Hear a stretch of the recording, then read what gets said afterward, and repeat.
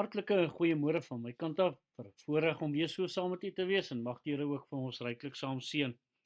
Nou jong Rob, wanneer hy gebore is, dan word hy sonder 'n vet laag gebore, maar hy het 'n tipe van 'n insulasie wat dan hom warm hou.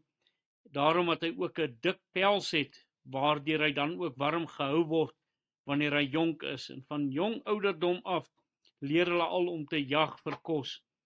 Hulle kan tot 2,5 kg per dag dan ook aansit aan gewig. Nogal interessant as 'n mens ook na dit kyk. Net so kom die Here en hy kom leer vir ons ook dat die opstandingskrag van die Here Jesus Christus vir u en vir my as kind van die Here sekere wonderlike voorregte ook inhou. En dit gaan in die eerste plek oor die oorwinning oor sonde. Hierdie opstanding van die Here Jesus Christus gee vir ons die oorwinning oor sonde. Daarom het Romeine 6 vers 6 vir ons gesê het, aangesien ons dit weet, dat ons ouwe mens saam gekruisig is, sodat die liggaam van die sonde tot niet gemaak sou word, en ons nie meer die sonde sou dien nie.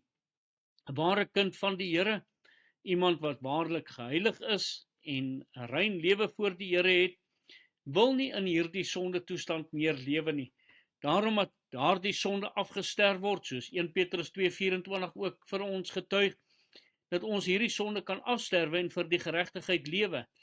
Juis die woord van die Here wat dit hier ook kan sê, dat die sonde tot niet gemaak sou word.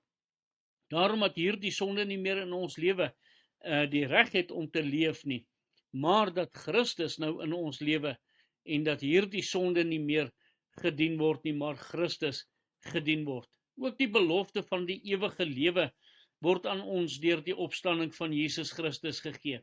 Omdat Jesus uit die dood uit opgestaan het, daarom sal ons ook uit die dood uit opstaan. Maar hy kom sê ook Johannes 10 vers 28 vir ons, en ek gee hulle die ewige lewe, en hulle sal nooit verlore gaan tot in ewigheid nie, en niemand sal hulle uit my hand ruk nie. 'n Ware kind van die Here het daardie versekering in sy en haar hart, dat ons hierdie ewige lewe ook het, dat ons dit nou al reeds besit, en die dag wanneer ons dit dan ook, wanneer ons sterwe, dan kry ons hierdie ewige lewe, waar ons oorgaan van die een lewe na die ander lewe toe. Ook die wonderlike hoop en versekering, 1 Johannes 3 vers 3, en elkeen wat hierdie hoop op hom het, reinig homself soos hy rein is. Watter hoop praat hy hiervan? Hy praat van die hoop dat Jesus Christus uit die dood het opgestaan het, opgevaar het hemel toe, dat hy plek gaan berei het, en dat hy gaan terugkom. En hierdie hoop dat Jesus Christus weer gaan terugkom, dat daar 'n opstanding was, maar ook 'n terugkeer, daarom sal ek as kind van die Here myself wil reinig en 'n skoon lewe voor die Here dan ook lei. Ja, ek kan myself nie skoon was nie, ek het die bloed van Jesus Christus nodig, volgens 1 Johannes 1 vers 7, en die bloed van Jesus Christus, sy seun, reinig ons van alle sonde. Dan kom hierdie opstanding ook van die Here Jesus Christus, en hy bekragtig vir my as Christen. Kolossense 1 vers 11, en met alle krag bekragtig word volgens die mag van sy heerlikheid tot alle lydsaamheid en lankmoedigheid met blydskap.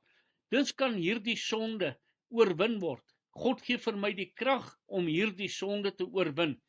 Sonde van kwaad word, sonde van waar ek nie meer geduldig is nie, en so kan ons aangaan. Daarom gee hy vir my die lydsaamheid, hy gee vir my lankmoedigheid, hy gee vir my 'n ewige blydskap in my hart. Maar dit toon ook hierdie opstanding van die Here Jesus Christus, God se karakter, in hierdie geloofwaardigheid. Dit wat hy gesê het, dit sal hy ook doen. Handelinge 2 vers 24, hom het God opgewek, nadat hy die smarte van die dood ontbind het, omdat dit onmoontlik was dat hy daardeur vasgehou sou word. Hier kom het baie duidelik dat God hom opgewek het uit die dood uit. God se getrouheid, dat hy gedoen het wat hy gesê het, hy gaan doen. Daarom ook God se getrouheid, wat in ons lewe wil kom werk. Die laaste gedagte vanoggend, hierdie opstanding van die Here Jesus Christus, hou ook 'n toekomstige oordeel. Baie duidelik as ons gaan lees, Johannes hoofstuk 3, dat daar van hierdie oordeel gepraat word, en nou kom Paulus, en hy getuig ook in Handelinge 24 vers 25, Maar toe hy spreek oor geregtigheid en selfbeheersing en die toekomstige oordeel, het Felix baie bang geword en geantwoord: "Gaan vir hierdie keer heen, en as ek 'n geleentheid vind, sal ek jou weer laat roep." Paulus getuig teenoor hierdie man Felix: "Daar is 'n toekomstige oordeel," en dit het hom in benoudheid gelaat. Ag, mag u seker wees dat u saak met God reg is en dat u daardie versekering in die hart het. Kom ons bid saam. Dankie Here dat u opgestaan het en dankie dat u ook vir ons daardeur kom bekragtig en dat u vir ons ook lei en leer om Jesus naam ontwil. Amen.